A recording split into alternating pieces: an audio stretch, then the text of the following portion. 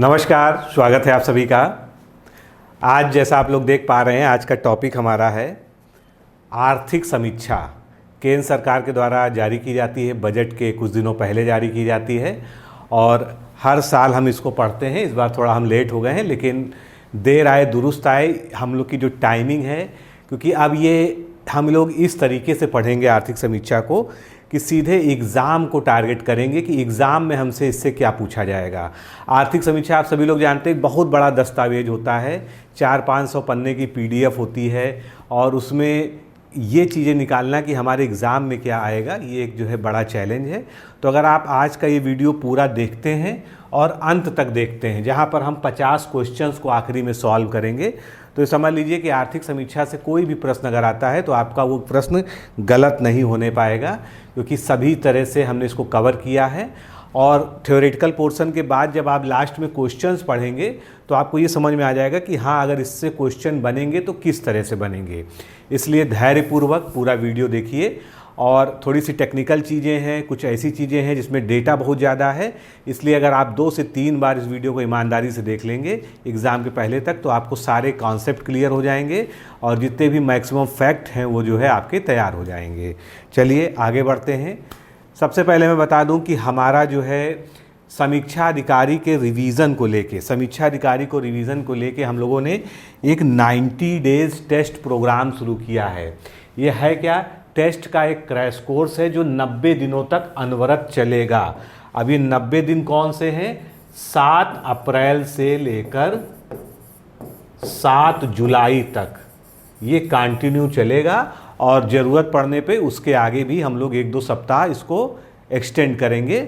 वो समय की मांग पर है। अगर हमको लगेगा कि आप लोग पर्याप्त प्रिपेयर नहीं हो पाए हैं तो 10 से 15 दिन इसको जो है और बढ़ा दिया जाएगा। एग्ज़ाम के पहले तक इसको हम ले जाएंगे। लेकिन हम ये चाहते हैं कि आपका जो है प्रतिदिन 120 प्रश्नों का ऐसा टेस्ट हो जिसमें करंट अफेयर्स भी हो, GS भी हो, हिंदी भी हो, और हर संडे को आपका जो है फुल टेस्ट हो, एक बिल्कुल एग्ज़ाम वाले पैटर्न पर। और ये टेस्ट आपका 3 महीने तक चले, कोई छुट्टी नहीं, कोई गैप नहीं। आपको भी ये लगना चाहिए कि परीक्षा वाला माहौल है। परीक्षा वाला माहौल क्या होता है कि जब परीक्षा वाला माहौल होता है तो हम हर चीज़ को अवॉइड कर देते हैं, शादी, पार्टी, बर्थडे। बस हमारा एक ही लक्ष्य होता है कि अगर हम कुछ और कर भी रहे हैं, शादी पार्टी में जा रहे हैं, तो भी हम उसके जो जाने आने में हमारा समय व्यर्थ होता है उसकी हम भरपाई करते हैं। तो ये बैच जो है ये टेस्ट क्रैश कोर्स है। इसमें क्या क्या मिलने वाला है आपको? इसमें हिंदी के सारे वीडियो लेक्चर्स मिलेंगे। हिंदी के वीडियो लेक्चर्स इसलिए हम दे रहे हैं क्योंकि काफ़ी लोग को हिंदी जो है बुक से पढ़ने में थोड़ा सा बोरिंग लगती है। तो वीडियो लेक्चर से आप पढ़ेंगे और जो है आपका सभी कुछ इसमें कवर हो जाएगा। उसके बाद जो वीडियो लेक्चर्स है उसकी PDF आपको मिलेगी। करंट अफेयर्स की आपको 5 महीने का पूरा मतलब जो जनवरी से लेके जून तक का पूरा जो है मंथली PDF फाइल पड़ेगी। डेली टेलीग्राम टेस्ट होंगे, जैसा मैंने बताया 120 क्वेश्चन होंगे इसमें। 70 क्वेश्चन जो है इसमें प्योर GS के होंगे, 20 क्वेश्चन करंट अफेयर्स के होंगे, 30 क्वेश्चन आपके हिंदी के होंगे। ये डेली वाला है। उसके अलावा जो है ये सभी जो है उसके बाद फुल सिलेबस पर बेस्ड होंगे। ये शुरुआत में कुछ सेगमेंट वाइज टेस्ट भी कराए जाएंगे, जो है जैसे तत्सम तद्भव का अलग और विलोम शब्द का अलग, पर्यायवाची का अलग। बाइलिंगुअल क्वेश्चंस होंगे, जो व्याख्या दी जाएगी वो हिंदी में दी जाएगी। और वीकली टेस्ट फुल होगा, हर संडे को फुल टेस्ट होगा। 200 क्वेश्चन वाला जो टेस्ट होता है वही टेस्ट हर संडे को होगा। 5 करंट अफेयर्स के टेस्ट। जब ये सारे टेस्ट ख़त्म हो जाएंगे तो उसके बाद यानी 7 जुलाई के बाद हम 5 करंट अफेयर्स का टेस्ट कराएंगे, 1-1, 2-2 दिन के अंतराल पे। करंट अफेयर्स की मंथली PDF आपको मिल ही रही है। इस तरह से लगभग हम 13,000 प्रश्नों को टच करेंगे। 13,000 प्रश्नों को टच करेंगे। और आपकी अगर किस्मत अच्छी रही तो आपको 200 क्वेश्चन में से जो है कम से कम नहीं तो 60-70% जो है इन्हीं में से मिल जाएगा, और उतना ही आपको पास होने के लिए पर्याप्त है। क्वेश्चन डायरेक्टली नहीं मिलेंगे ऐसा मेरा कोई दावा नहीं है। कहने का मतलब ये है कि आप जब 12-13 हज़ार क्वेश्चंस की प्रैक्टिस कर लेंगे तो आपको बहुत सारे मिलते जुलते या उससे व्याख्या से संबंधित प्रश्न मिल जाएंगे। तो बिल्कुल देर मत करिए, छूट के साथ एडमिशन की प्रक्रिया जारी है। अगर आप एडमिशन लेना चाहते हैं तो ये 2 नंबर हैं। अगर आपके पास डिकोड एग्ज़ाम का ऐप है तो वहाँ वीडियो कोर्सेज सेक्शन में जाके डायरेक्टली भी ले सकते हैं, नहीं तो ये 2 नंबर हैं। इन दोनों नंबर पे बात करके आप जो है पता कर लीजिए किस तरह से करना है। 7 अप्रैल को हम विधिवत जो है इस बैच को प्रारंभ कर रहे हैं, इसलिए हर हालत में 6 अप्रैल तक आप एडमिशन ले लीजिए, क्योंकि ये जो है आने वाले आपकी परीक्षा के लिए एक game changer crash course test का होने वाला है, जिससे आपको जो है बहुत लाभ मिलेगा।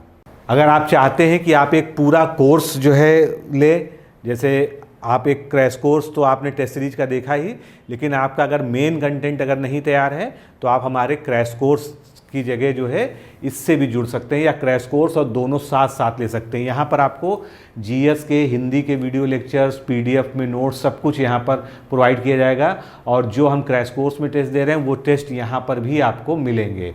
तो अगर आप चाहें तो आप हमसे जुड़ सकते हैं, और उसके लिए भी आपको जो है ये नंबर दिया जा रहा है 9506742546, इससे जो है आप फाउंडेशन बैच में आप जुड़ सकते हैं। ये दोस्तों किताब हमने मेंस के लिए अभी लॉन्च की है। अगर मेंस की किताब आपके पास अभी तक नहीं ली है आपने तो ले लीजिए, और 2-2 4-4 पन्ने अभी से पढ़ना इसके शुरू कर दीजिए। बहुत ही बेहतरीन किताब है, निबंध तक जो है हमने इसमें दे दिया है, और जितना भी मैक्सिमम पॉसिबल है रिच कंटेंट बनाया गया है, त्रुटि रहित बनाया गया है, और बिल्कुल मानक हिंदी, मानक जो पत्र लेखन जो चीज़ें हैं उसको फॉलो करते हुए बनाया गया। तो अमेज़ॉन पर भी उपलब्ध है, आप वहाँ से भी ले सकते हैं। इसके अलावा ये किताब आपके पास होगी ही, नहीं है तो आपके पास होनी ही चाहिए। ये किताब ज़रूर आप ले लीजिए जो है हिंदी की। ये ऑब्जेक्टिव में आपके प्री और मेंस दोनों को ही कवर करेगी। आरओ के 10 practice set, full 10 practice set नए पैटर्न पर बेस्ड, ये बुक जो है मार्केट में बार बार हम लोग लाते हैं लेकिन वो गायब हो जाती है, तो ट्राई कर लीजिए, अगर आपको मिल जानी चाहिए। ये किताब आपके पास होना मस्ट है, और इसके टेस्ट आपने एक बार लगाएंगे तो आपको पता चलेगा कि जो है प्रश्नों का क्या स्तर है। तो चलिए शुरुआत करते हैं आज के वीडियो की। तो इस बार की जो आर्थिक समीक्षा की बुकलेट है वो इस तरह की है। 400-500 पन्ने की जो है पूरी ये पीडीएफ फाइल है। ये जो है केंद्र सरकार की वेबसाइट पर उपलब्ध भी है, पीआईबी पर भी उपलब्ध है। तो सबसे पहली बात, आर्थिक समीक्षा किस दिन प्रस्तुत की गई? तो आर्थिक समीक्षा 31 जनवरी को पेश की गई थी 2025 को संसद में, और इसको प्रस्तुत किसने किया? इसको जो है हमारी जो वित्त मंत्री हैं श्रीमती निर्मला सीतारमण जी ने पेश की। आर्थिक समीक्षा को बजट प्रस्तुत करने से पहले संसद में प्रस्तुत किया जाता है, ये आप लोग जानते हैं।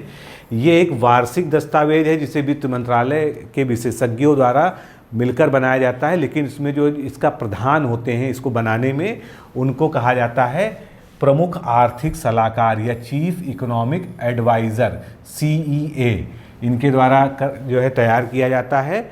और इस आर्थिक सर्वेक्षण को मुख्य आर्थिक सलाहकार क्या नाम इनका?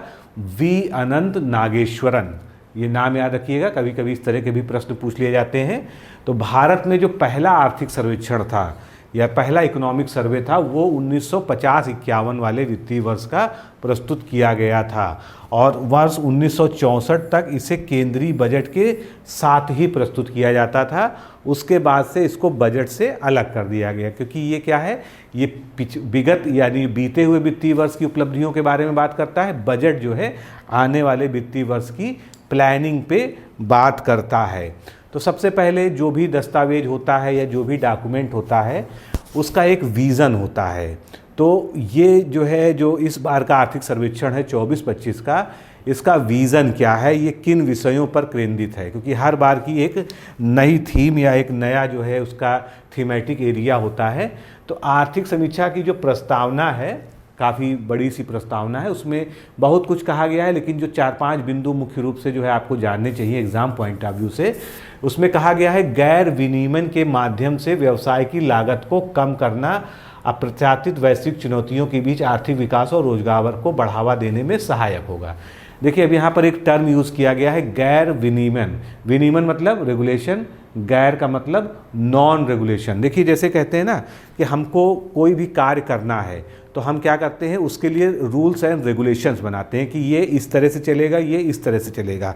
लेकिन कभी कभी आर्थिक गतिविधियों को बहुत ज़्यादा रूल्स में बांधने से आर्थिक गतिविधियाँ जो है स्वतंत्रता पूर्वक जो है विकास नहीं कर पाती हैं, और वो जो है कई सारे रूल्स और रेगुलेशंस की जाल में बंधने के कारण जो है वो पनप नहीं पाती हैं। तो यही बात यहाँ कही जा रही है कि गैर विनियमन के माध्यम से, यानी नॉन रेगुलाइजेशन के माध्यम से व्यवसाय की लागत को कम करने का प्रयास किया जाएगा। अब इस बात को जो है यहाँ से समझने का प्रयास करिए कि अभी भारत जो है, भारत की जो अर्थव्यवस्था है वो मध्यम अवधि में है।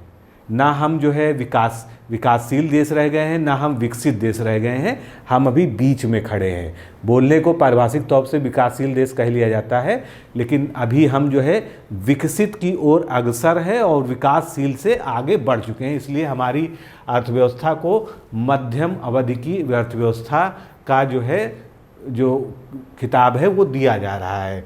तो गैर विनियमन से विकास को बढ़ावा कैसे मिलेगा, उसके लिए कुछ यहाँ पर पॉइंट्स दिए गए हैं। विकास के घरेलू उत्प्रेरकों को गति प्रदान करना तथा व्यक्तियों और व्यवसायों की आर्थिक स्वतंत्रता। यहाँ पर दिया है घरेलू उत्प्रेरक, यानी जो हमारे जो है डोमेस्टिक जो उद्योग हैं, धंधे हैं, जो हमारे कल कारखाने हैं, छोटी छोटी आर्थिक इकाइयाँ हैं, यूनिट्स हैं, उनको प्रमोट करने से क्या होगा कि हमारी जो आर्थिक स्वतंत्रता की ओर जो है, इकोनॉमिक इंडिपेंडेंस की ओर जो है हमारा देश बढ़ेगा। तो व्यक्तियों और व्यवसायों की आर्थिक स्वतंत्रता को बढ़ाना आंतरिक विश्वासक पेड़ों को बढ़ावा देने के साधन और लक्ष्य दोनों ही हैं। दूसरा, गैर विनियमन से निवेश दक्षता बढ़ती है। अगर हम जैसे मान के कहते हैं कि इस देश में जो है किसी को जो है फूड प्रोसेसिंग के क्षेत्र में जो है निवेश करना है, किसी बाहरी कंपनी को, या गुजरात की एक कंपनी को यूपी में निवेश करना, अगर हम बहुत ज़्यादा जो है उनके ऊपर पहले से ही रूल्स रेगुलेशंस थोप देंगे तो क्या होगा, जो है ईज़ ऑफ डूइंग बिजनेस जो एक कॉन्सेप्ट है वो ख़त्म हो जाएगा। इसलिए यहाँ कहा जा रहा है कि अगर छोटे उद्योगों को और ख़ासकर डोमेस्टिक जो उद्योग हैं, जो हमारे घरेलू उद्योग हैं, उनको बढ़ावा देना है तो नॉन रेगुलेशन की तरफ हमको बढ़ना पड़ेगा। हमको बहुत ज़्यादा उनको नियम और कानून और रेगुलेशंस में बांधने की आवश्यकता नहीं है। इसके लिए विकास के घरेलू उत्प्रेरकों पर ध्यान देना पड़ेगा। घरेलू जो हमारे जो है उद्योग धंधे हैं, जो हमारी इकाइयां हैं, उन पर ध्यान देना होगा। भू आर्थिक विखंडन वैश्विक व्यापार को प्रभावित करता है। भू आर्थिक विखंडन जो है, अगर जो है ग्लोबलाइजेशन बहुत ज़्यादा भी होता है, वो भी जो है हमारे लिए फ़ायदेमंद नहीं होता है। तो देखिए आज भी दुनिया में कई सारी खासकर साम्यवादी देश हैं जो है ग्लोबलाइजेशन को बहुत ज़्यादा सपोर्ट नहीं करते हैं। तो फिर बढ़ते हैं हम अपने जो है मुख्य बिंदु पर। इसी को इंग्लिश में कहा गया है कि प्रीफेस अंडरलाइंस, क्या अंडरलाइन करती है, deregulation as underpinning theme of economic survey 2024-25। ये ध्यान रखिएगा, आपसे पूछा जा सकता है कि इकोनॉमिक सर्वे का मुख्य विषय किस पर केंद्रित है। इसके बाद जो है एक और विचार इसमें दिया गया है, भारत को प्रतिस्पर्धी और नवाचार अर्थव्यवस्था बनने और आर्थिक घरेलू तथा विदेशी निवेश आकर्षित करना, बढ़ावा देने और सुगम बनाने के लिए चौमुखी विकास प्रेरित करने की आवश्यकता है। भारत को उत्सर्जन कम करने के बजाय, उत्सर्जन की बात यहाँ पर करें क्या है, कार्बन उत्सर्जन कम करने के बजाय जलवायु परिवर्तन अनुकूल पर अधिक ध्यान देना चाहिए।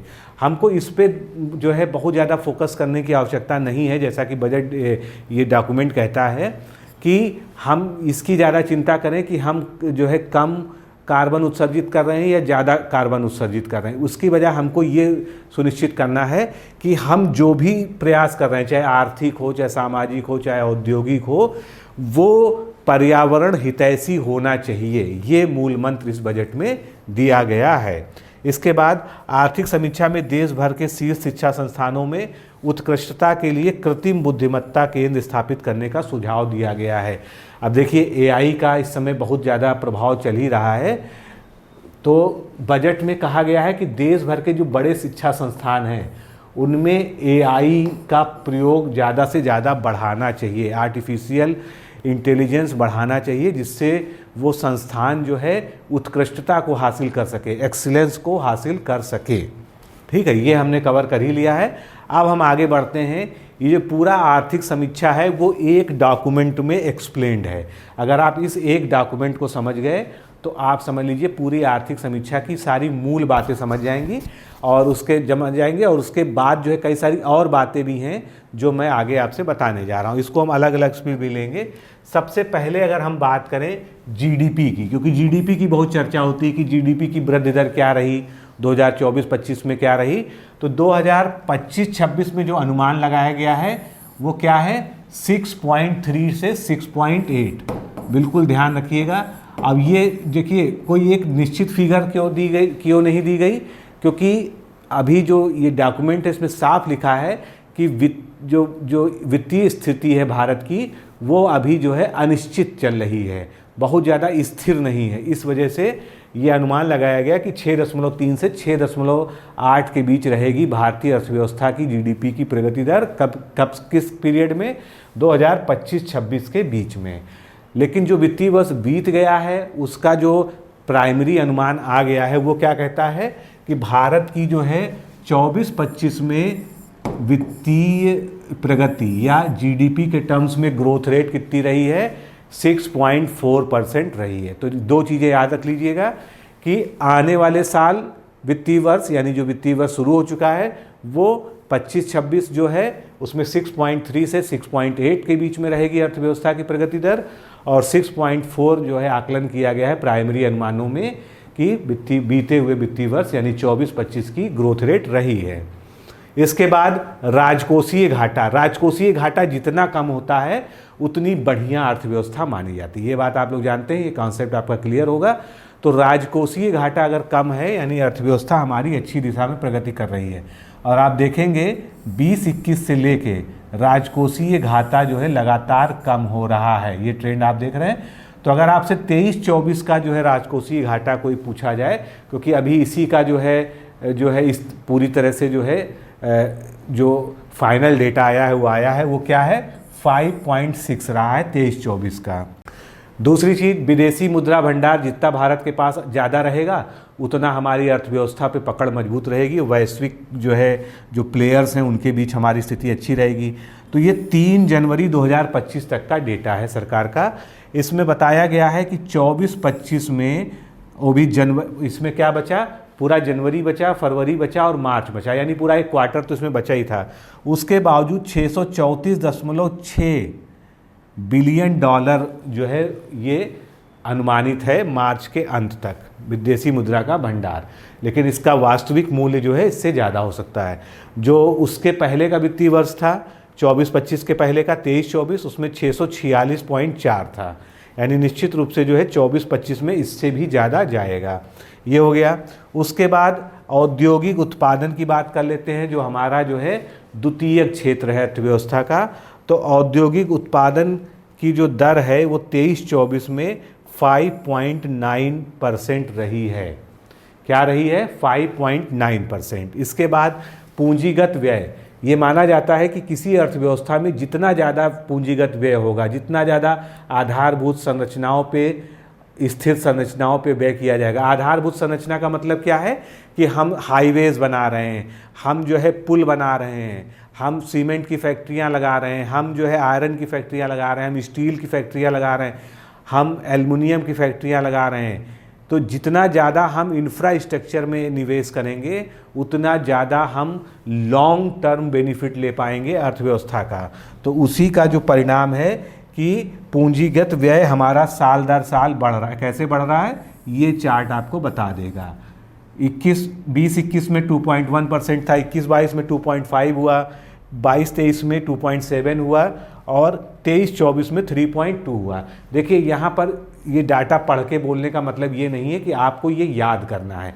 आपको जो याद रखना है वो 23-24 का याद रखना है, क्योंकि वही हमारे पास एक फाइनल डेटा है। अभी ये 3.2% है, यानी हम लगातार जो बजट या जो व्यय कर रहे हैं वो पूंजीगत मदों में ज़्यादा व्यय कर रहे हैं, जो देश की अर्थव्यवस्था को स्थिर गति से और दीर्घकालिक विकास की ओर लेके जा रहा है।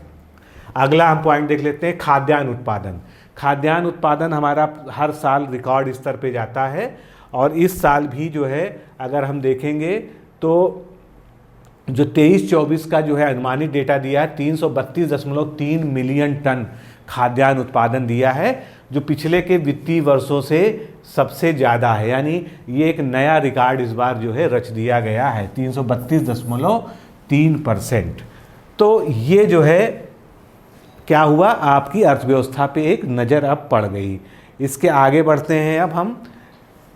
जो है आप देख रहे हैं कि जो वैश्विक अर्थव्यवस्था है, जो ग्लोबल इकॉनमी है, उसमें काफ़ी सारे उतार चढ़ाव होते हैं। कभी कोई देश में समस्या हो जाती है, कभी यूक्रेन रसिया वार की वजह से प्रॉब्लम आ जाती है, कभी चाइना की वजह से कुछ उथल पुथल मच जाती है, कभी यूनाइटेड स्टेट्स में जो है सेंसेक्स जो वहाँ का शेयर बाज़ार है वो गड़बड़ हो जाता है। उसके बावजूद जो है भारत की वृद्धि दर औसत जो है 10 के करीब बनी हुई है। अब इसमें अलग अलग क्षेत्रों का जीवीए दिखाया गया है। जीवीए का मतलब जो है क्या है, ग्रॉस वैल्यू एडेड, यानी अर्थव्यवस्था में कौन सा क्षेत्र कितनी वैल्यू ऐड कर रहा है। अगर इसको एक नॉर्मल जो है व्यक्ति की तरह देखे, वैसे तो इसकी जो है टेक्निकल परिभाषा भी है, लेकिन अगर एक नॉर्मल तरीके से सोचिए तो कि मतलब कौन सा क्षेत्र कितनी ग्रॉस वैल्यू ऐड कर रहा है। तो एग्रीकल्चर में आप देखेंगे तो फाइनेंशियल ईयर 25 जो है, जो 24-25 है, ये ग्रीन कलर से दिखाया गया। फाइनेंशियल ईयर जो है जितने भी हैं वो ग्रीन से वो 25 है। तो ये लगभग 4% को टच कर रहा है। और वहीं पर 10 साल का जो ग्रोथ रेट है, कितना, 2015 से लेके 2024 तक का, वो जो है पीले में आपको दिखाया गया है। तो यहाँ पर ये दिखाने का प्रयत्न हो रहा है कि हर सेक्टर में जो जीवीए है वो उसकी 10 की वृद्धि से या तो ज़्यादा है, 10 की वृद्धि मतलब पीले वाले बार, ये 10 सालों का औसत है। और ये जो है जो हरा वाला है ये क्या है, ये फाइनेंशियल ईयर 2025 का है, यानी 24-25 का है। तो या तो उससे अधिक है या उसके लगभग बराबर है, यानी जो 10 की वृद्धि के औसत से ज़्यादा हमारा जीवीए का रेट जा रहा है। अब इसमें एग्जैक्ट कुछ नहीं याद रखना है, ये जैसे आपको अर्थव्यवस्था के बारे में निबंध में लिखना है या कहीं पर आंसर राइटिंग में यूज़ करना है, तब इस तरह के जो है डेटा वहाँ पर बहुत अच्छे यूज़फुल होते हैं। आगे बढ़ते हैं। अब कुछ और जो है जो अर्थव्यवस्था से संबंधित प्रमुख निष्कर्ष हैं उनको हम ले लेते हैं। सबसे पहले हम जीडीपी वृद्धि दर की बात कर लेते हैं। हमने पीछे ये देखा था, वो छोटा था थोड़ा सा, एक बार फिर से देख लीजिए। हमारी जीडीपी ग्रोथ रेट स्थिर कीमतों पर, देखिए यहाँ पर ध्यान रखिएगा, ये स्थिर कीमतों पर है, फिक्स्ड प्राइस पर किस तरह से बढ़ रही है। तो 25-26 में हमारा अनुमान कितना है, 6.3 से 6.8 का, जिसको हमने पीछे कहा कितना होना चाहिए, 6.3 से 6.8 का है। 24-25 में जो अनुमान आ चुका है वो 6.4% का है। उसके बाद 23-24 में 8.2 था, 22-23 में 7 था, 21-22 में 9.7 था। तो निश्चित रूप से आप यहाँ पर देखेंगे कि स्थिर कीमतों पर जीडीपी ग्रोथ रेट में कुछ गिरावट देखी जा रही, जिसका मुख्य कारण जो है क्या है, जो पूरे ग्लोबल इकोनॉमी में अस्थिरता है, उसका असर जो है देश पर भी पड़ा है। क्योंकि यहाँ पर छोटी सी भी घटना होती है, अगर डोनाल्ड ट्रंप जो है अमेरिका के राष्ट्रपति बन जाते हैं तो उसका भी बहुत बड़ा असर पड़ता है, क्योंकि तुरंत जो है उनकी जो पॉलिसीज होते हैं उसमें कई सारे चेंज आ जाते हैं। तो आगे की बात करते हैं। ये हमने समझ लिया कि वित्तीय वर्ष 26 यानी 25-26 में भारत की जो ग्रोथ रेट है वो 6.3 से 6.8 के बीच कहीं पर रहेगी। 24-25 जो बीत गया है उसकी 6.4% रहेगी। 2024 में वैश्विक अर्थव्यवस्था में मध्यम लेकिन असमान वृद्धि हुई। आपूर्ति श्रृंखला में व्यवधान हुआ। क्यों? उधर इजराइल वाली लड़ाई चल रही है, उधर जो है यूक्रेन और रसिया वार चल रहा है, फिर बाकी और भी जगह कई सारी अशांतियाँ चल रही हैं। तो आपूर्ति श्रृंखला यानी जो लॉजिस्टिक मैनेजमेंट होता है, एक जगह से दूसरी जगह सामान पहुंचाना, सप्लाई चेन मैनेजमेंट जो है वो इन युद्धों के वजह से बहुत ज़्यादा प्रभावित रहा। उस वजह से अंतर्राष्ट्रीय मुद्रा कोष ने 2024 और 25 के लिए भारत की अर्थव्यवस्था को बहुत कम करके आंका है। कितना? 2024 के लिए IMF ने अनुमान लगाया है कि भारत की ग्रोथ रेट 3.2% रहेगी और 2025 में ग्रोथ रेट 3.3% रहेगी।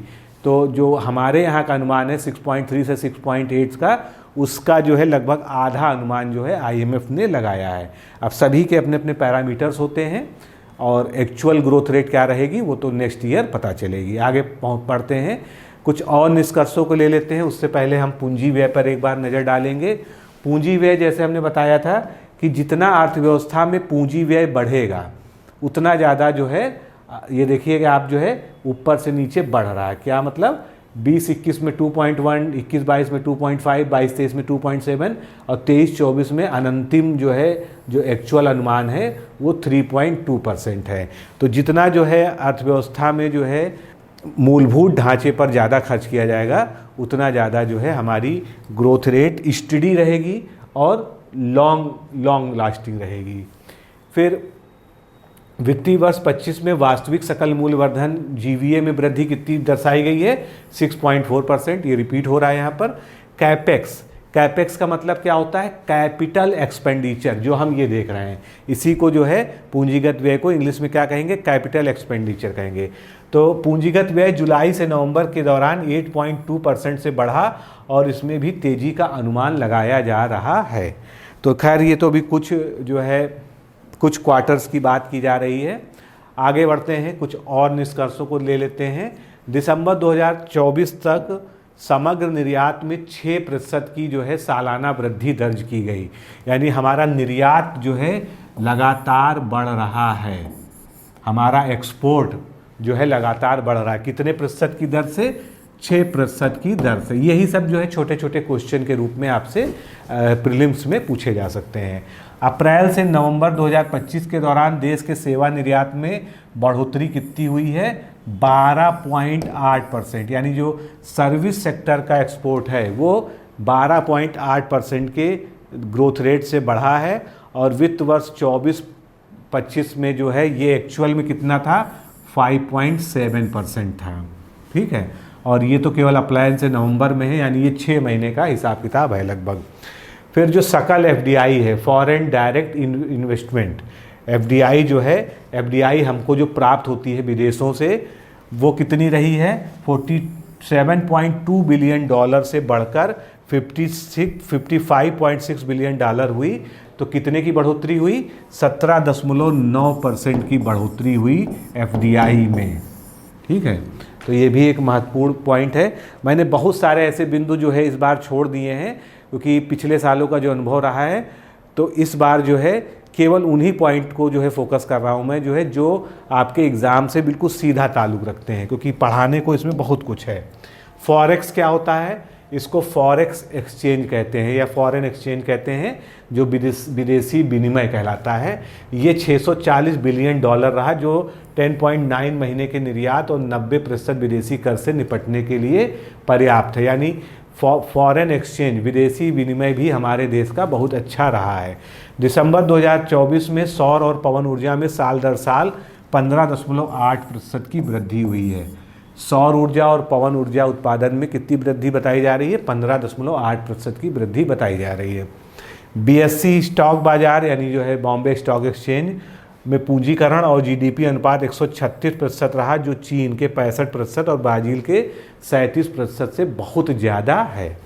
तो बीएसई स्टॉक बाजार का पूंजीकरण और जीडीपी का जो अनुपात निकाला जाता है वो 136% रहा, जो बहुत ही सकारात्मक रूप से संकेत देता है।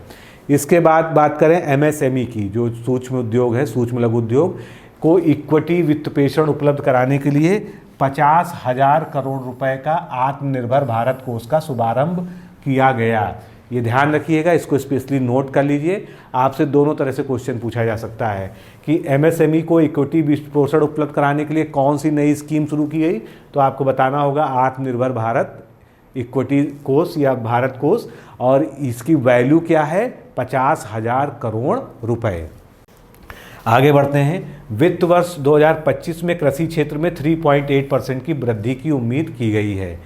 तो कृषि क्षेत्र में जीवीए में क्या ग्रोथ रेट अनुमानित की गई है? 3.8% वित्त वर्ष 2024-25 में। अब खरीफ फसलों का उत्पादन भी रिकॉर्ड रहा। 1647.05 लाख मीट्रिक टन ये जो है पहुंचने की उम्मीद है, जो पिछले वर्ष की तुलना में कितना ज़्यादा है? इतना अधिक है, 89.3 MLT अधिक है, लाख मीट्रिक टन अधिक है। कृषि क्षेत्र में प्रमुख संचालक बागवानी, पशुपालन और मत्स्य पालन है, यानी इनमें जो है जो हॉर्टिकल्चर से रिलेटेड है उसमें ज़्यादा ग्रोथ रेट देखी गई है। आगे बढ़ते हैं, अब औद्योगिक क्षेत्र की वृद्धि की बात कर लेते हैं। औद्योगिक क्षेत्र की वृद्धि जो है कितनी अनुमानित की गई है, 6.2% का अनुमान लगाया गया है वित्तीय वर्ष 2025 में। वित्तीय वर्ष 2021 और 25 के बीच में सामाजिक सेवा, सोशल सर्विसेज में क्या आते हैं, सोशल वेलफेयर की जितनी भी स्कीम्स हैं, उसके अलावा जैसे कि ओल्ड एज पेंशन है और हेल्थ सर्विसेज हैं, ये सभी सोशल सर्विसेज में आती हैं। तो इसमें जो है 15% की वार्षिक वृद्धि देखी गई है, किस कब से कब तक, 2021 से 2025 के बीच में। और इसी से जुड़ा है स्वास्थ्य, क्योंकि ये भी सोशल सर्विसेज में आता है। तो सरकार के स्वास्थ्य मद पर खर्च में 29% से 48% की बढ़ोतरी हुई है। पहले कितना था, ये 29% था, अब बढ़कर जो है हेल्थ पे खर्च सरकार ने 48% का कर दिया है। किसके अंदर, स्वास्थ्य जो है सामाजिक सेवाओं में। और वहीं पर लोगों का स्वास्थ्य पर खर्च, जो जैसे अगर हमारी बात की जाए या जो है किसी गरीब आदमी की बात की जाए, तो पहले अगर वो 62.6 रुपये खर्च करता था, तो अब अपने स्वास्थ्य पर वो 39.4 रुपये ही खर्च करता है। क्यों? क्योंकि उसको बहुत सारी जो है हेल्थ की फैसिलिटीज़ दी जा रही है। आयुष्मान भारत जैसी कई सारी योजनाएं हैं जिसमें उसको मुफ्त में इलाज मिल रहा है। बेरोजगारी दर भी बहुत घटी है। 2017 से 18 जो 17-18 वाला वित्तीय वर्ष था उसमें बेरोजगारी दर 6% थी, और अब ये घटकर जो है 23-24 में 3.2% तक आ गई है। तो सरकार का कहना है कि बेरोजगारी दर भी घटी है। इधर जो है भारत के निर्यात में एक सबसे बड़ा जो योगदान दे रहा है वो है भारत का टेक्सटाइल इंडस्ट्री, कपड़ा क्षेत्र। भारत विश्व में परिधान का छठा सबसे बड़ा उत्पादक है और बड़ा निर्यातक है, छठा सबसे बड़ा निर्यातक है, जो सकल घरेलू उत्पाद में 2.3% का योगदान देता है, और औद्योगिक उत्पादन में 13% का योगदान देता है, निर्यात में 12% का योगदान देता है, और 34 बिलियन अमेरिकन डॉलर जो वर्ष 2023 का आंकड़ा के निर्यात के साथ 35 मिलियन से अधिक लोगों को ये क्षेत्र रोजगार देता है। यानी ये जो वस्त्र और कपड़ा वाला जो है उद्योग है, ये भारत का बिल्कुल जो है अब वैश्विक लेवल पर सुपरहिट है। तो भारत का कपड़ा क्षेत्र गौरव और शक्ति का विषय है। भारत ने 2023 में 34 बिलियन अमेरिकी डॉलर मूल्य की कपड़ा वस्तुओं का निर्यात किया है, जिसमें परिधान निर्यात बास्केट का 42% किया था। ये जो है बहुत ही महत्वपूर्ण डेटा है एग्जाम पॉइंट ऑफ व्यू से भी। अब थोड़ा सा सेक्टर वाइज ग्रोथ रेट और थोड़ी सी उसकी चर्चा कर ली जाए। तो सबसे पहला जो हमारा बेसिक क्षेत्र है जिसको हम कृषि कहते हैं, अर्थव्यवस्था का जो प्राइमरी सेक्टर या प्राथमिक सेक्टर कहलाता है। तो अगर प्राइमरी सेक्टर का हम भारत के सकल घरेलू उत्पाद में परसेंटेज देखें जीडीपी के टर्म्स में, काफ़ी निबंध में भी ये चीज़ें डाटा काम आता है। अर्थव्यवस्था में कृषि क्षेत्र का योगदान वर्तमान में कितना है, 16%। ये शायद पहले जो है 16.5%, मतलब 16 और 17 के बीच ये 3 सालों से चल रहा है, 16% है। और 46.1% आबादी को ये रोजगार भी देता है कृषि क्षेत्र। कृषि क्षेत्र की जब हम बात करते हैं तो ये कृषि और संबद्ध क्षेत्र पूरा आ जाता है। इसमें कृषि, पशुपालन और उसके अलावा जो है मुर्गी पालन, फार्म और मत्स्य पालन, पूरा हॉर्टिकल्चर, पूरा सब कुछ जो है इसमें आ जाता है, एलाइड सेक्टर। वित्त वर्ष 17 से वित्त वर्ष 23 तक की वृद्धि दर स्थिर रही है कृषि में, और ये जो है 5% की वार्षिक वृद्धि दर से ग्रोथ कर रहा है कृषि। क्यों, कितने परसेंट की, ये पूछा जा सकता है कि कृषि की वार्षिक वृद्धि दर कितनी है, तो आपको बताना होगा 5%। अगर आप नोट कर रहे हैं तो एक शॉर्ट में इसको नोट करते रहिएगा कि कृषि की वार्षिक वृद्धि दर 5%। कृषि का जीडीपी में योगदान भारत की 16%। बस इतना छोटा सा जो है डेटा आप याद कर चलिएगा। अब आय में क्या वृद्धि हुई है, तो पिछले दशक में कृषि आय में वार्षिक 5.23% की वृद्धि हुई है। केवल एक वर्ष की हो रही है, पिछले एक दशक की हो रही है। पूरे 10 सालों का जो है एवरेज 5.23% है, जबकि गैर कृषि क्षेत्र में यह वृद्धि 6.24 तथा समग्र अर्थव्यवस्था में 5.80% रहा है। तो ये पूरा याद रखने की जरूरत नहीं है। शुरुआत के जो 2 पॉइंट हैं ये जो है आपके लिए ज़्यादा महत्वपूर्ण है एग्जाम पॉइंट ऑफ व्यू से। अब विश्व में अनाज उत्पादन को अगर देखा जाए तो भारत का योगदान जो है फूड ग्रेन उत्पादन में 11.6% का है। ये नोट कर लीजिएगा कहीं।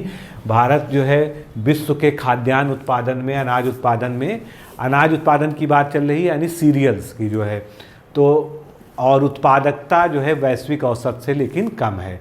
फूलों की खेती में इधर भारत ने काफ़ी तेज़ी से जो है प्रगति की है। भारत में जो है कृषि में इस सेक्टर का यानी फ्लोरिकल्चर सेक्टर का जो है वो इम्पोर्टेंस बढ़ रहा है। 100% निर्यात अभिविन्यास के साथ फूलों की खेती लघु किसानों के लिए एक लाभदायक विकल्प के रूप में उभरी है, जिसके अंतर्गत वित्तीय वर्ष 24 में 717.8 करोड़ रुपए मूल्य के उत्पादों का निर्यात किया गया है। तो ये काफ़ी बड़ा है निर्यात का जो है डाटा। इसके अलावा बागवानी, पशुधन और मत्स्य पालन से कृषि विकास को गति मिलती है। मत्स्य पालन 13.67% CAGR क्या होता है? जो कंपाउंड ग्रोथ रेट जिसे कहते हैं, जिसको हिंदी में अगर हम कन्वर्ट करें तो चक्रवृद्धि वार्षिक वृद्धि दर रहेगा। वित्तीय वर्ष 15 से वित्तीय वर्ष 23 के बीच में ये 13.67% के CAGR के साथ अग्रणी रहा है। उसके बाद पशुधन का नंबर आता है जो 12.99% है के साथ दूसरे परसेंट पे रहा है। तो बागवानी, पशुधन और मत्स्य पालन से कृषि विकास दर को बहुत ज़्यादा वृद्धि मिली है। इसमें मत्स्य पालन का जो है CAGR जो है 13.6% है, जो कि उल्लेखनीय है। अब खाद्यान्न उत्पादन की अभी हमने चर्चा की, खासकर जो है वहाँ पर सीरियल्स की बात की, यहाँ पर पूरे खाद्यान्न की बात हो रही है। तो खाद्यान्न उत्पादन जैसे हमने पीछे भी देखा, खाद्यान्न उत्पादन जो है हमारा लगातार बढ़ रहा है। 23-24 के जो अभी तक जो है जो फाइनल मतलब अनंतिम आंकड़े हैं वो ये कहते हैं 332.3 मिलियन टन खाद्यान्न का उत्पादन हुआ, जो रिकॉर्ड है। और इसमें क्या क्या शामिल है? चावल, गेहूं, मोटे अनाज और दालें, यानी जितना भी मेन खाद्यान्न है वो सब कुछ इसमें शामिल है। आगे बढ़ते हैं, औद्योगिक उत्पादन की यहाँ पर चर्चा कर लेते हैं। सब हम पीछे देख चुके हैं, लेकिन चीज़ों को जितना बार आप रिवाइज करेंगे उतना बेहतर तरीके से याद होगा। औद्योगिक उत्पादन देखिए, जब कोरोना काल था उस समय निगेटिव में चला गया था, -8.4% में चला गया था। और अब क्या स्थिति है? 23-24 में 59% की जो है ग्रोथ रेट औद्योगिक, यानी ये कौन सा क्षेत्र है? द्वितीयक क्षेत्र अर्थव्यवस्था का है, जिसको हम उद्योग कहते हैं। अब आ जाते हैं तृतीयक क्षेत्र, यानी कि सेवा क्षेत्र, सर्विस सेक्टर। सर्विस सेक्टर जो है अर्थव्यवस्था को सबसे ज़्यादा तेज़ी से जो है रन कराने में मदद करता है। तो आप अगर देखेंगे 24-25 का अगर आप देखेंगे ग्रोथ रेट जो है तो 8.3% का औसत वृद्धि दर प्राप्त किया है सेवा क्षेत्र ने। महामारी के दौरान तो कोरोना के दौरान सभी डाउन हो गए थे, लेकिन अब जो ग्रोथ दिखाई गई है 24-25 में 8.3% की दिखाई गई है, जिसको ग्रीन से वहाँ पर दिखाया गया है कि काफ़ी अच्छे संकेत जो है इसमें मिल रहे हैं। अब आगे बात करते हैं विदेशी मुद्रा भंडार की। विदेशी मुद्रा भंडार जितना अधिक होता है उतना अर्थव्यवस्था जो है मजबूत मानी जाती है। तो फिलहाल के जो आंकड़े कह रहे हैं, 3 जनवरी तक के जो आंकड़े हैं 24-25 का जो अनुमान है 634.6 बिलियन डॉलर जो है भारत के पास विदेशी मुद्रा है। और जब अभी फाइनल डेटा आएगा तो निश्चित रूप से ये जो है 23-24 का जो आंकड़ा आपको दिख रहा है उसको ये क्रॉस कर देगा, लेकिन उसी के आसपास ये है। आगे बढ़ते हैं, राजकोषीय घाटा। हमने पीछे भी बात की थी कि राजकोषीय घाटा जितना कम होगा उतना ज़्यादा अर्थव्यवस्था हमारी मजबूत मानी जाएगी। तो अभी क्या स्थिति है? 9.2 था कभी 2021 में, ये और कम हुआ। अब कितना हो गया राजकोषीय घाटा? 5.6। फिस्कल डेफिसिट जो है वो हमारा कितना है? 5.6% है जीडीपी के टर्म्स में, जीडीपी के परसेंटेज में। अब जो है कुछ और थोड़ी सी मोटी मोटी बातें, और लेकिन हो सकता है आप बहुत कुछ देख रहे हो स्क्रीन पे, लेकिन सब कुछ हमको नहीं जानना है। हमको जो एग्ज़ाम पॉइंट ऑफ व्यू से समझना है केवल हम उतनी चर्चा करेंगे। एक जैसे आपने सुना होगा एनपीए क्या होते हैं? नॉन परफॉर्मिंग एसेट्स, जो बैंकिंग प्रणाली में जो है जाम की तरह रुक जाते हैं, यानी बैंक ने लोन बांटा लेकिन लोन की रिकवरी नहीं कर पा रहा है, तो लोन की रिकवरी नहीं कराने के कारण उसको एनपीए घोषित कर दिया जाता है और उसको बैंक की परिसंपत्ति में से घटा दिया जाता है, जो एक लॉस माना जाता है बड़ा। लेकिन इधर हाल के वर्षों में क्या हुआ है, जो एनपीए है, सकल अनर्जक अस्थियां 12 साल के निचले स्तर पे आ गई हैं। और ये निचला स्तर क्या आ गया है, इसको कहीं नोट कर लीजिएगा। अब एनपीए जो है 2.6% है। कितना है, 2.6% है ये।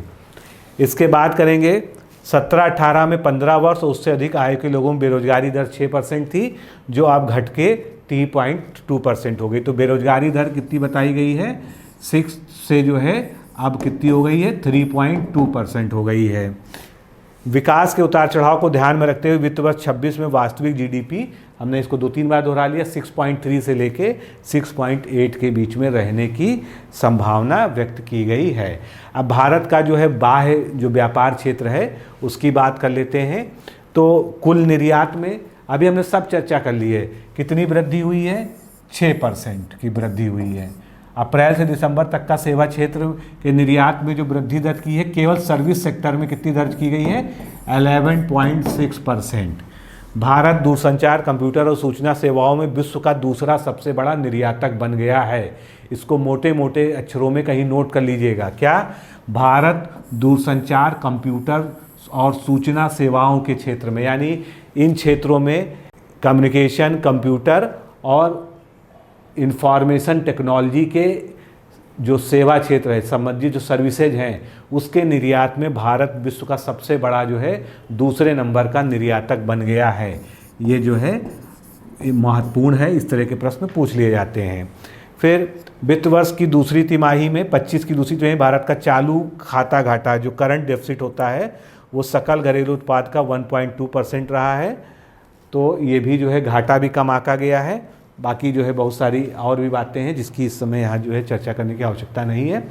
फिर आप बात करते हैं अवसंरचना का सृजन, जिसको हम इंफ्रास्ट्रक्चर डेवलपमेंट कहते हैं। तो नवीकरणीय ऊर्जा की क्षमता में भारत ने दिसंबर 23 की तुलना में दिसंबर 24 में 15.8% की वृद्धि दर्ज की है। कितने परसेंट की, 15.8% की वृद्धि दर्ज की है। भारत की कुल अब स्थापित क्षमता का 47% नवीकरणीय ऊर्जा है। बहुत महत्वपूर्ण है, मेंस के लिए भी, प्री के लिए भी, हर तरह से कहीं भी आपको निबंध लिखना हो, अगर आपको रिन्यूएबल एनर्जी पर या नॉन रिन्यूएबल एनर्जी पर भी निबंध लिख रहे हैं, तो कुल नवीकरणीय ऊर्जा में भारत अब जो है कुल ऊर्जा क्षमता का जो भारत है उसमें 47% अब जो है नवीकरणीय ऊर्जा, रिन्यूएबल एनर्जी का हिस्सा आता है। कितना, 47%। इसको हाईलाइट करके कहीं अलग से नोट कर लीजिएगा। आगे बढ़ते हैं हम। यूनिवर्सल सर्विस ऑब्लिगेशन के तहत अब दूरवर्ती क्षेत्रों में 10,700 अधिक गाँव में 4G मोबाइल सेवाएं प्रदान की। बहुत जो है महत्वपूर्ण नहीं है। प्रधानमंत्री आवास योजना के तहत शहरी क्षेत्रों में 89 लाख से अधिक घर बनाए गए हैं। इस तरह के भी डेटा पूछे भी जा सकते हैं, नहीं भी पूछे जा सकते हैं, लेकिन संभावनाएं इनकी कम है। आगे बढ़ते हैं और संरचना पे ही बात करते हैं।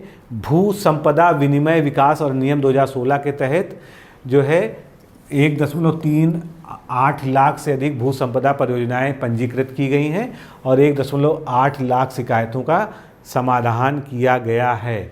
जल जीवन मिशन जो सबसे चर्चित जो है इस समय योजनाओं में है, केंद्रीय योजनाओं में, जल जीवन मिशन के तहत 12 करोड़ से अधिक परिवारों को पाइप से पेयजल अब तक मिल चुका है।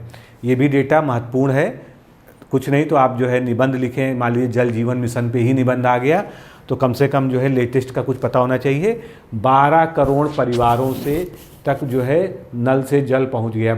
एक परिवार में हम सामान्यतः 5 लोगों की गिनती करते हैं, 5 से 6 लोग की, तो लगभग 60 से 70 करोड़ लोगों तक जो है यानी ये पहुंच चुका है।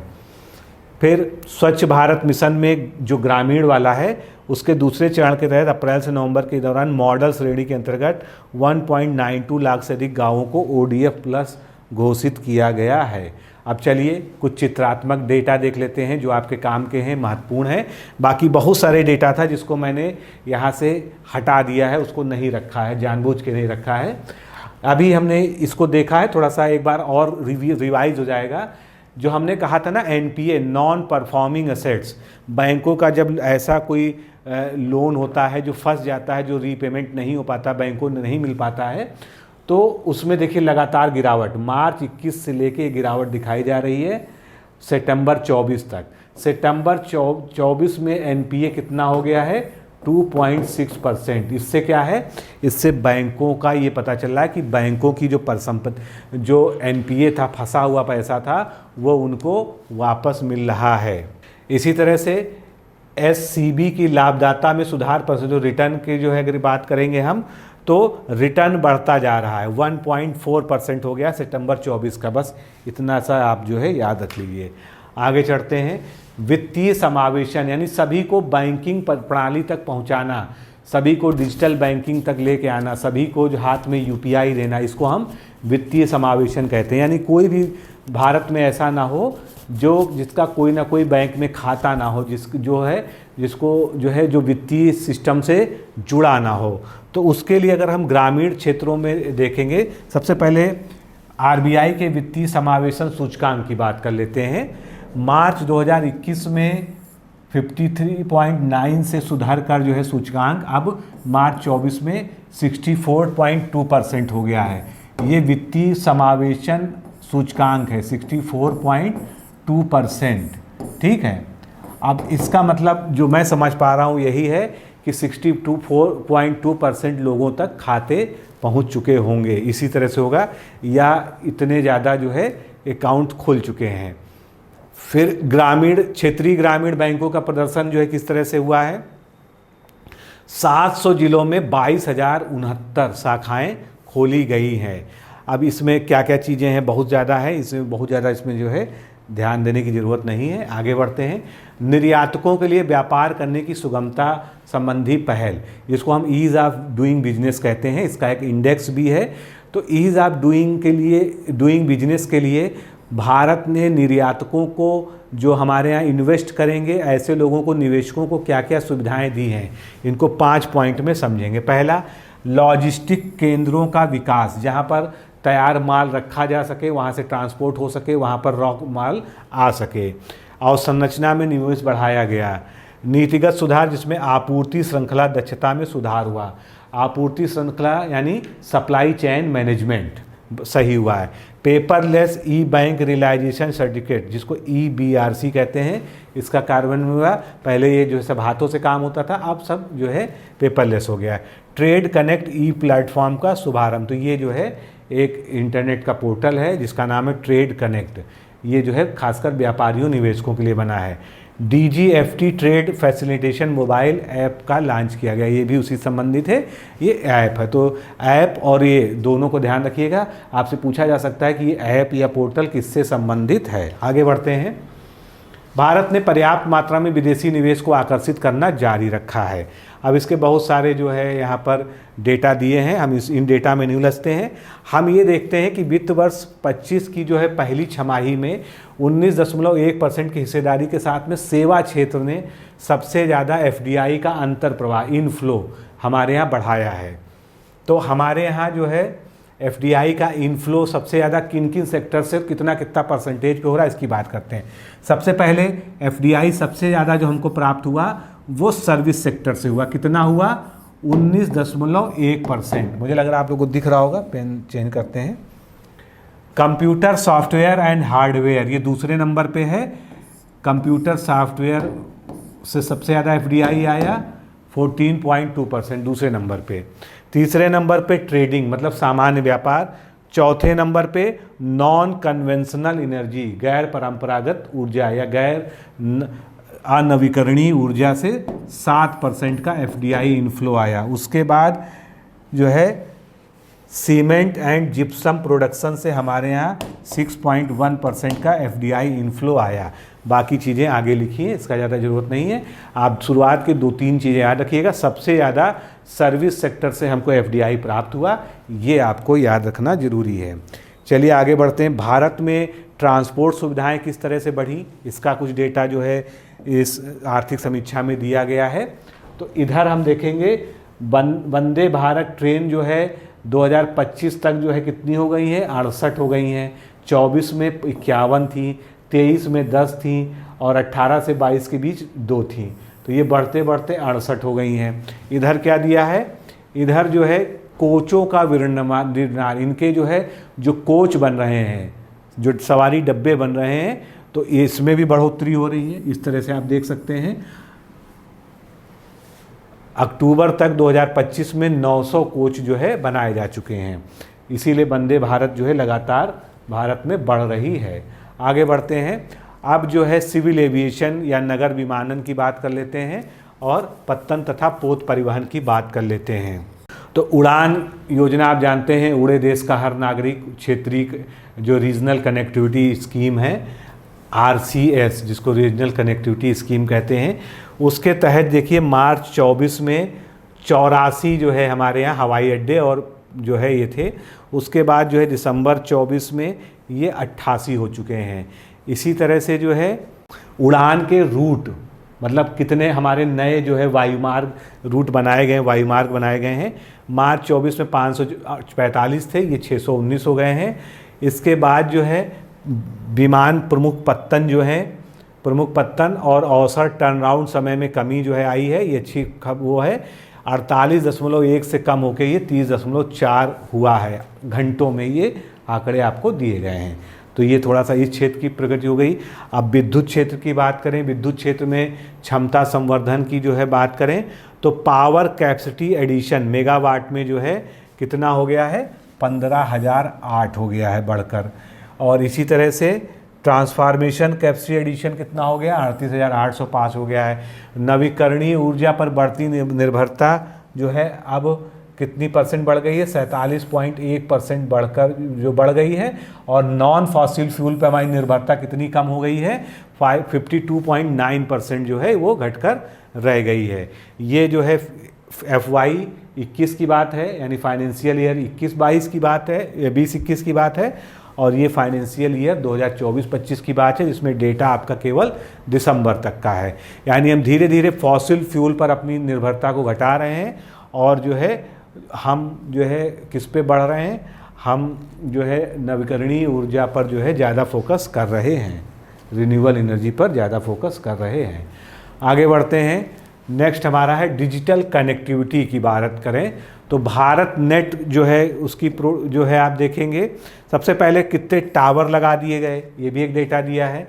ये सब रटने की ज़रूरत नहीं है, केवल आप अपने दिमाग में एक पिक्चर की तरह इसको याद रखिए कि ये हमारे डेटा कहीं किसी तरह से काम आ जाएगा, चाहे वो आंसर राइटिंग में, चाहे निबंध में, कहीं ना कहीं हम इसको ले आएंगे। ये प्रीलिम्स की दृष्टि से उतना महत्वपूर्ण यहाँ पर नहीं रहेगा। तो जो टावर्स इंस्टॉल्ड हैं तो दिसंबर 23 में 7.9% थे और अब ये जो है बढ़कर 8.2 हो गए। इसके बाद ऑप्टिकल फाइबर केबल लेड जो है ये 693 हो गए हैं बढ़कर, और ये भारत नेट स्कीम के तहत है सभी। हाई स्पीड ब्रॉडबैंड लाख में अगर बात करें तो ये 12 लाख जो है हो गए हैं। इस तरह से जो है ये इंटरनेट कनेक्टिविटी भी देश में बहुत बढ़ रही है। अगला डेटा बहुत महत्वपूर्ण है, इसको ध्यान रखिएगा, इससे आपके प्रीलिम्स में भी डायरेक्ट क्वेश्चन पूछा जा सकता है। तो ये क्या कहता है, ग्रामीण अवसंरचना की बात करता है, ये रूरल इंफ्रास्ट्रक्चर की बात करता है। उसमें ये बताया गया है कि जल जीवन मिशन के अंतर्गत सुरक्षित पाइप पेयजल तक पहुंच का आंकड़ा दिया गया है। ये जो है परिवारों की बात हो रही है। अगस्त 19 तक 3.2 करोड़ परिवार जो है नल से जल प्राप्त कर रहे थे। नवंबर 24 तक जो है 15.3 करोड़ परिवार जो है इसको प्राप्त कर रहे थे। और जल जीवन मिशन के अंतर्गत ऐसे कुछ राज्य हैं जिन्होंने 100% जो है कवरेज प्राप्त कर लिया है। इनका नाम जरूर याद रखिएगा, इसमें उत्तर प्रदेश नहीं है, ये भी याद रखिएगा। अरुणाचल प्रदेश, गोवा, हरियाणा, हिमाचल प्रदेश, गुजरात, पंजाब, तेलंगाना और मिज़ोरम। हो सकता है कभी आपको इनका सीक्वेंस पूछ लिया जाए, तो ये भी आप याद रखिएगा। आगे बढ़ते हैं, कई सारी और पहले हैं सरकार की योजनाएं हैं, इनमें क्या क्या प्रगति हुई है वित्तीय वर्ष 24-25 में। तो सबसे पहले प्रधानमंत्री आवास योजना में कहेंगे तो 1.18 करोड़ घरों को मंजूरी दी गई है 25 नवंबर 2024 तक। शहरी परिवहन में मेट्रो रेल प्रणाली वर्तमान में 23 शहरों में 1010 किलोमीटर परिचालन है और 980 किलोमीटर अभी निर्माणाधीन है। आप देख रहे हैं लगातार साल दर साल जो है शहरों में मेट्रो ट्रांसपोर्ट बढ़ रहा है। कायाकल्प और शहरी परिवर्तन के लिए अटल मिशन जो योजना है उसमें नल जल कवरेज 70% तक बढ़ा है और सीवरेज कवरेज जो है 62% तक यहाँ पर बढ़ा है। स्मार्ट सिटी मिशन में अगर बात की जाए 13 जनवरी 2025 तक की स्थिति की, तो 93% योजनाएं स्मार्ट सिटीज़ मिशन की पूरी हो चुकी हैं। फिर सर्विस सेक्टर की बात कर लेते हैं। सेवाओं में तो जीवीए में सेवा क्षेत्र की हिस्सेदारी बढ़ने का क्या रुझान है, ये यहाँ पर दिखाई देगा आपको।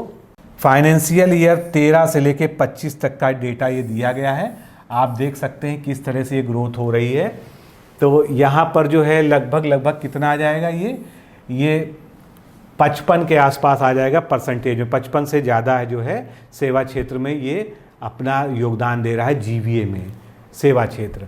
और वैश्विक सेवा निर्यात में भारत की हिस्सेदारी कितनी है, ये है 2023 में 4.3%। बाकी पुराना डेटा बहुत ज़्यादा याद रखने की आवश्यकता नहीं है। अगला हमारा क्षेत्र है कृषि और खाद्य प्रबंधन। इसमें भविष्य का जो संभावना है, पहले उसकी बात करें।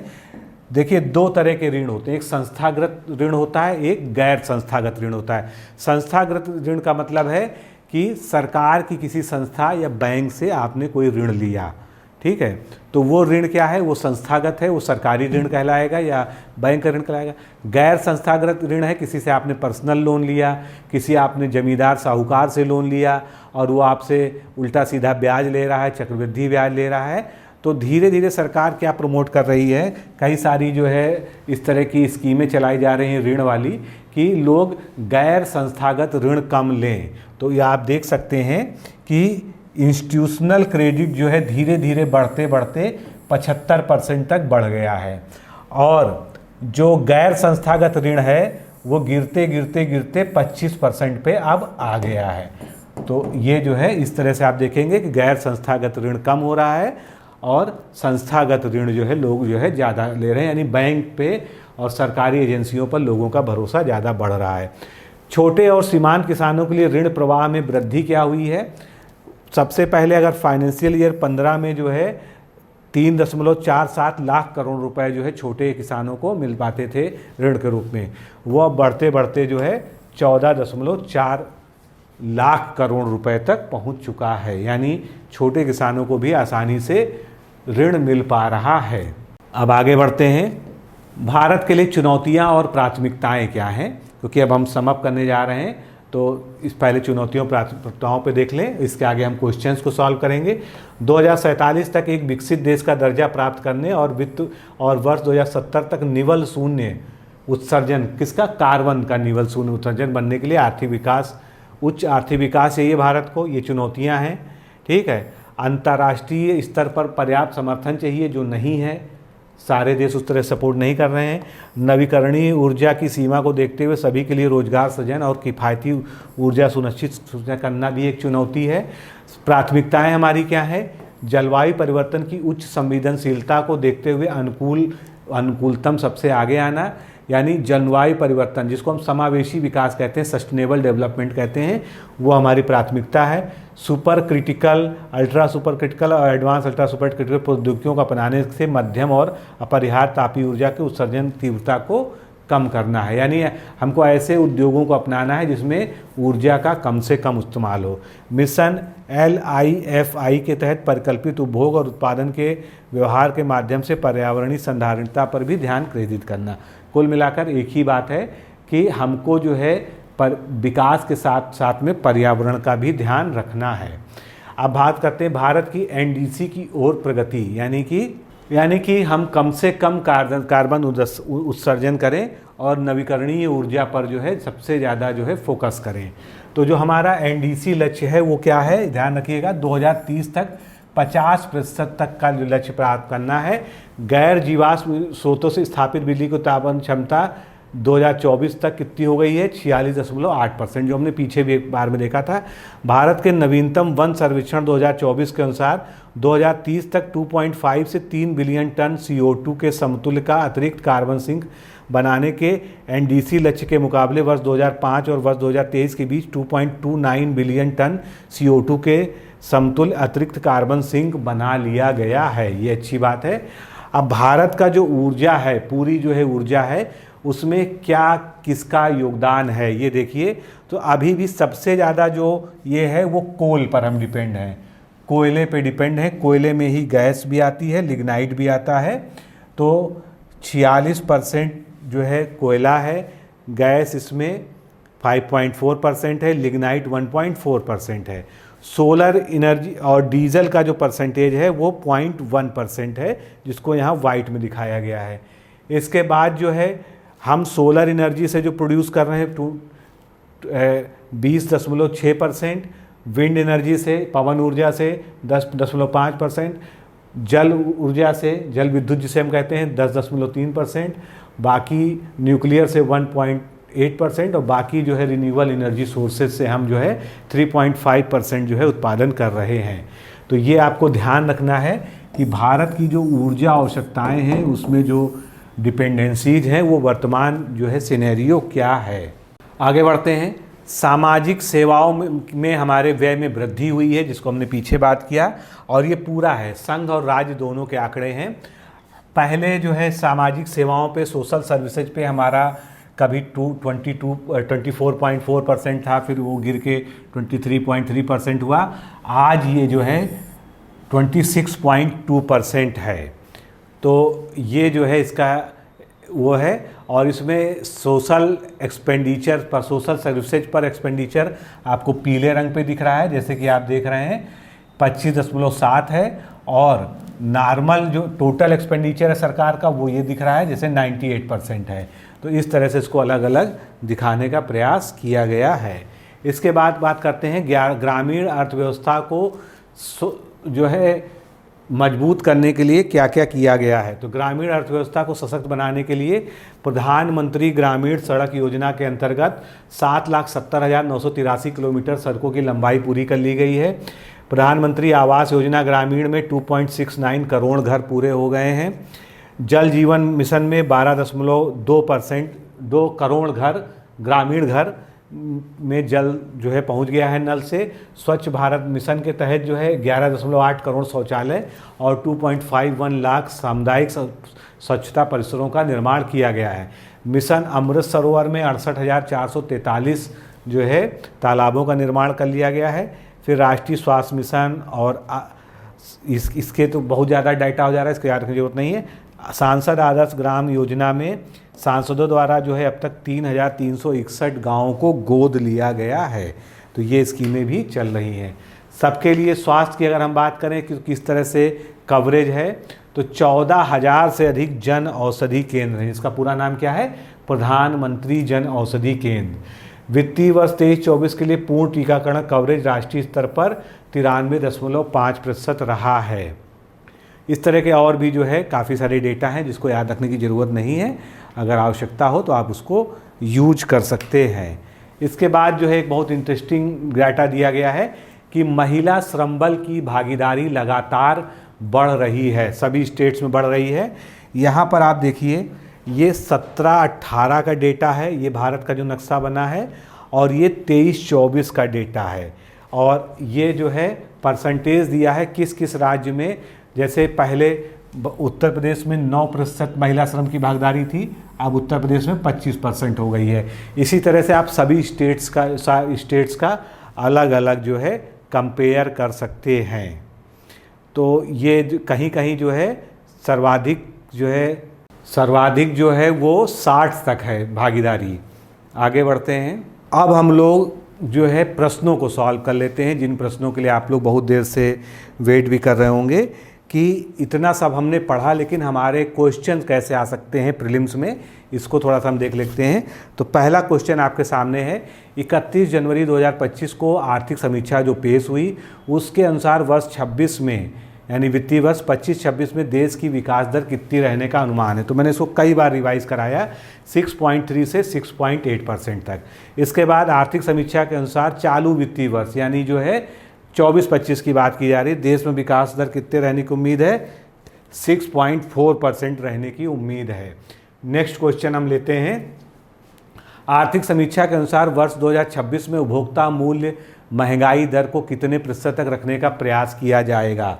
तो ये प्रयास किया जाएगा 4% तक रखने का। उसके बाद अगला प्रश्न लेते हैं, दिसंबर 2024 तक देश के निर्यात में कितने प्रतिशत की वृद्धि हुई है? बहुत अच्छा प्रश्न है, 6% की वृद्धि हुई है। नेक्स्ट क्वेश्चन लेंगे, अप्रैल से नवंबर 2024 के मध्य सेवाओं के निर्यात में कितने प्रतिशत की बढ़ोतरी हुई है? तो ये भी हमने कई जगह रिवाइज किया, कितने प्रतिशत की बढ़ोतरी हुई है?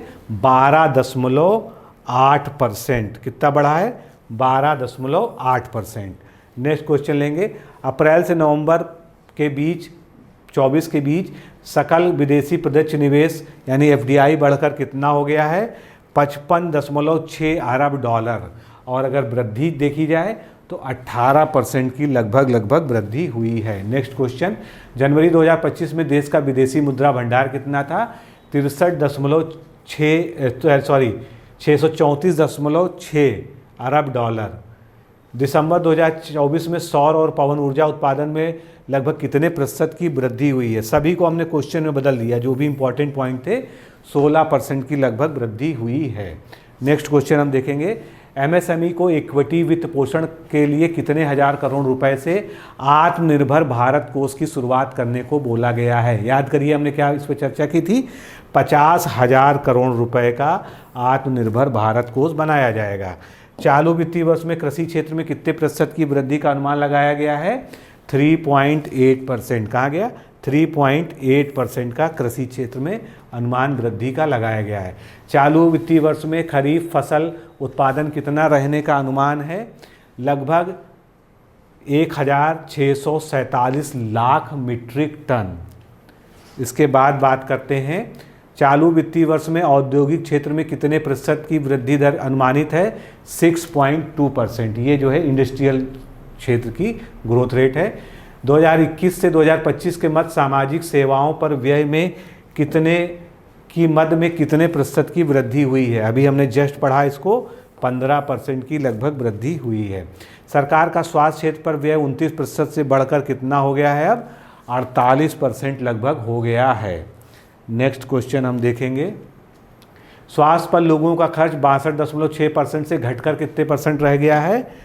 तो जो पर्सनल खर्च होता था लोगों का वो 39.4% रह गया है। 2017-18 की तुलना में देश में बेरोजगारी दर 6% से घटकर कितनी हो गई है? देश में बेरोजगारी दर 3.2% हो गई है। आगे बढ़ते हैं, अंतर्राष्ट्रीय मुद्रा कोष IMF के द्वारा 5 वर्षों में वैश्विक अर्थव्यवस्था का कितने प्रतिशत वृद्धि दर का अनुमान व्यक्त किया गया है? 3.2% का अनुमान व्यक्त किया गया है। चालू वित्तीय वर्ष में सेवा क्षेत्र में कितने प्रतिशत की वृद्धि का अनुमान है?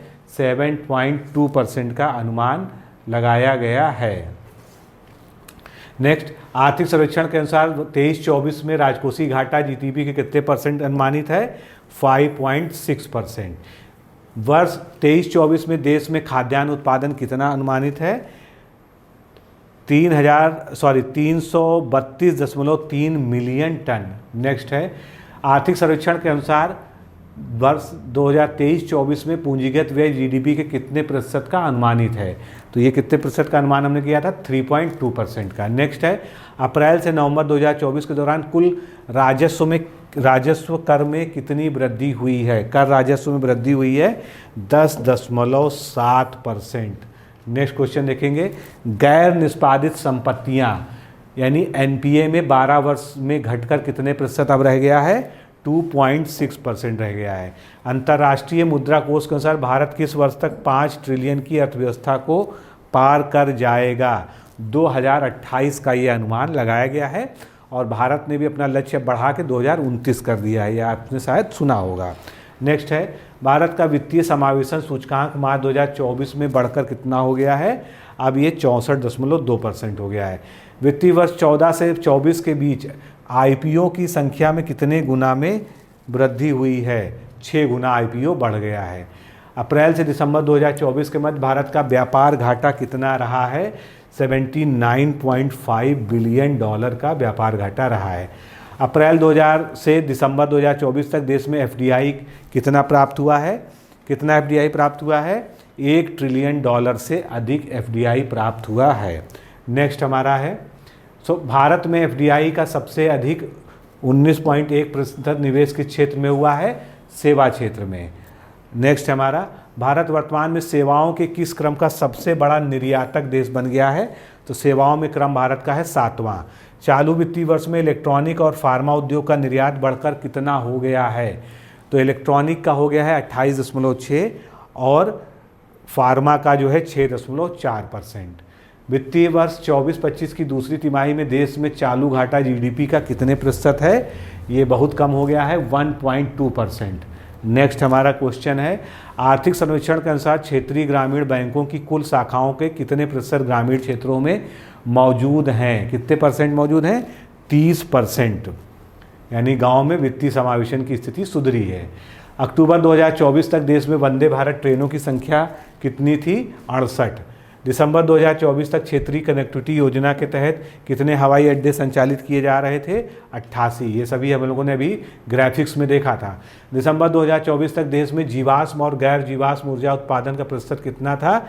59.2% जीवाश्म ऊर्जा से उत्पादन और गैर जीवाश्म उत्पादन था 47.2%। अगला है, जल जीवन मिशन के तहत पूर्ण कवरेज वाले राज्य कितने हैं? तो ये 8 राज्य हैं जिनके हमने नाम देखे थे पूरे, अरुणाचल, गोवा, हरियाणा, हिमाचल, गुजरात, पंजाब, तेलंगाना और मिजोरम। नेक्स्ट, दिसंबर 2024 तक देश के कितने शहरों में मेट्रो परिवहन सेवाएं शुरू हैं? 23 शहरों में। अटल मिशन के तहत नल जल कवरेज बढ़कर अब कितने प्रतिशत हो गया है देश में? 70% हो गया है। जनवरी 2025 तक स्मार्ट सिटी मिशन के कुल कितने प्रतिशत योजनाएं पूर्ण की जा चुकी हैं? तो ये 93% तक जो है पूर्ण की जा चुकी हैं स्मार्ट सिटी मिशन की। वर्तमान में वैश्विक निर्यात में भारत की हिस्सेदारी बढ़कर कितने लोगों हो गई है? 4.3% हो गई है।